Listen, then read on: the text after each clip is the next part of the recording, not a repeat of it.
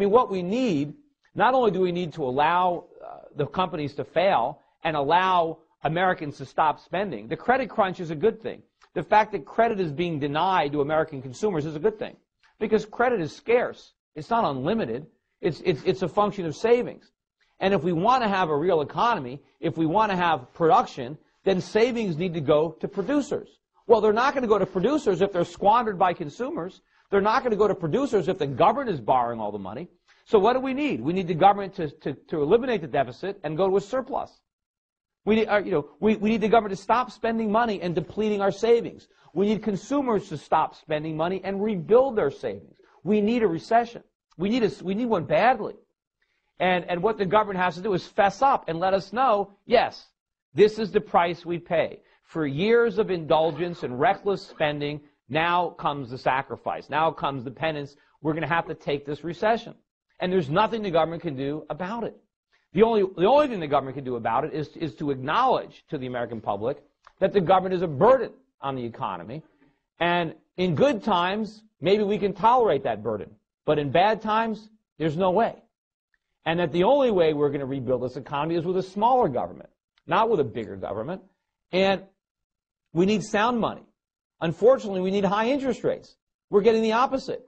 Instead of getting higher interest rates and smaller government, we're getting lower interest rates and bigger government. We're getting inflation, and we're getting deficit spending, and we're getting stimulus, and we're not going to have any different results this time around. So if you liked what Bush Greenspan did to the economy, right, then you'll love what this pair does. But it's not going to be any better. It's going to be a bigger disaster. What is the crisis that they're setting up? Because we are right now suffering the consequences of the economic stimulus and the bailouts of 2001 and 2002 and 2003. If we would have had a more severe recession, we would not be in this mess today. So the question is, what are going to be the consequences of what we're doing now? And what I think is going to happen is that ultimately, people like the Chinese and the rest of the world, the Saudis and the Japanese and everybody else, they're going to figure this out. And they're not going to want to play this game anymore. You know, we've got them conned right now. You know, in my book, in Crash Proof, I compared it to Tom Sawyer. You know, there was a passage in Tom Sawyer where Tom gets everybody, all the kids in the neighborhood, to whitewash his fence. And he gets them to pay for the privilege of doing his chores. And, you know, when Mark Twain wrote that passage, I mean, he probably had no idea that it would one day form the basis for the entire global economy. But we've got the world painting our fences. You know, like they don't have their own fences that need painting. But the world is not going to accept this economy. You had Hillary Clinton, or when she went over to China a couple of weeks ago, to get them, to beg them to buy our bonds, right? She told them, we're all in this together, right? And basically this is what she tells the Chinese. You need to take money away from your citizens and loan it to us so we can give it to our citizens so they can use it to buy products made in your company to keep your people employed. That's the deal that we're making with them. Now, what the Chinese should say to Clinton is, you know what, I got a better idea. Why don't we just leave our money with our own people, and then they can use the money to buy their own products. That way we get to keep our stuff. You know, the way it is now, we get all the stuff, and all they get is the jobs. Well, what good are jobs without stuff? That's slavery. So they're going to figure it out. And what's going to happen is they're not going to buy our bonds, and the Fed's going to start buying all the bonds, and the dollar is going to plunge. And this crisis is going to end up being a currency crisis.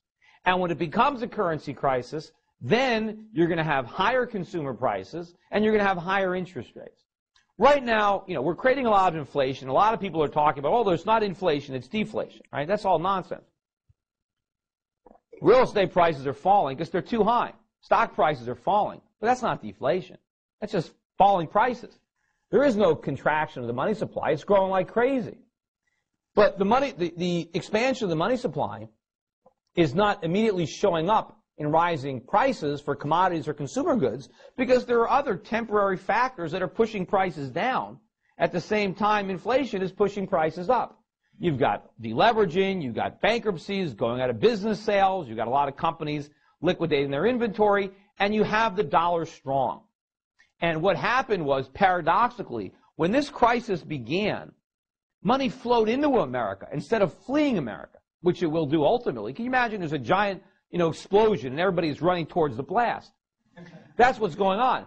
And when people look around the world and they say, well, people are coming to America because as bad as it is every place else, it's so much worse here. That's nonsense. That's just what they're saying to explain it. Just like they tried to justify the real estate bubble or the internet bubble. That's all nonsense. I mean, the reason it's so bad in the rest of the world is because they loaned us so much money and we can't pay them back. And now they're losing based on their bad loans.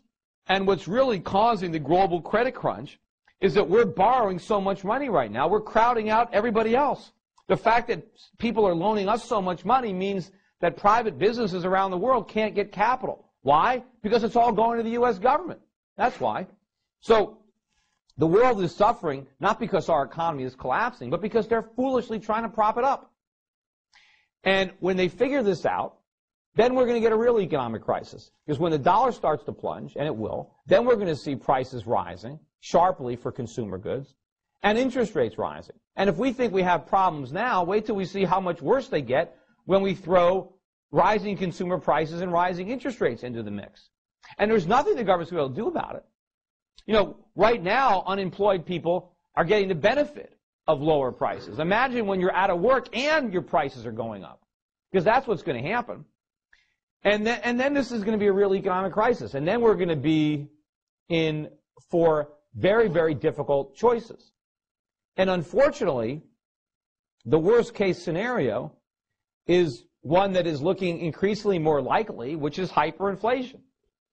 And if we get that, right, that's where nobody will lend us money.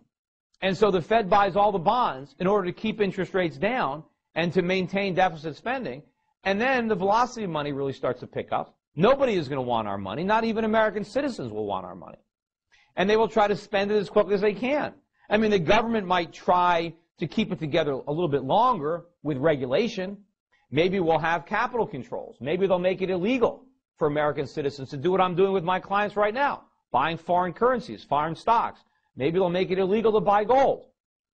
As prices really start to contract, to escalate, private parties will try to make contracts with payment in gold or other currencies. Maybe the government will make that illegal.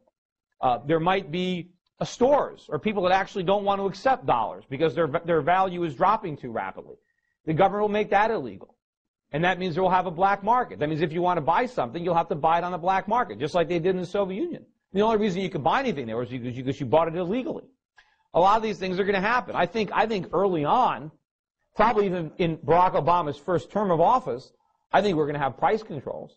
I think prices will be rising so rapidly, maybe even by next year, that they're going to impose price controls on a number of products.